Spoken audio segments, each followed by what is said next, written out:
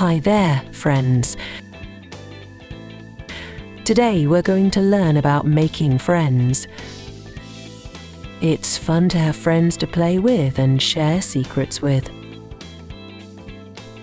Sometimes it can be hard to know how to make friends. But don't worry, it's easy. First, try to find someone who's doing something you like. Maybe they're playing on the swings or building a sandcastle.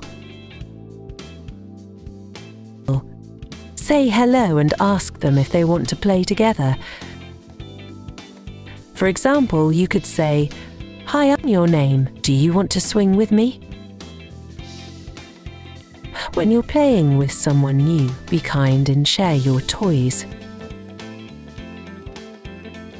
Listen to what they have to say and tell them about yourself. Remember, making friends takes time. Be patient and keep trying. Soon you'll have lots of friends to play with. Another way to make friends is to join a group. You can ask if you can play with them. When you're playing with friends, it's important to be a good sport. That means sharing, taking turns, and being kind. Friends are like family. They're people you can count on.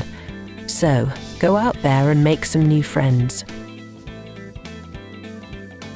Remember, the best way to make friends is to be yourself and be kind. Happy friending.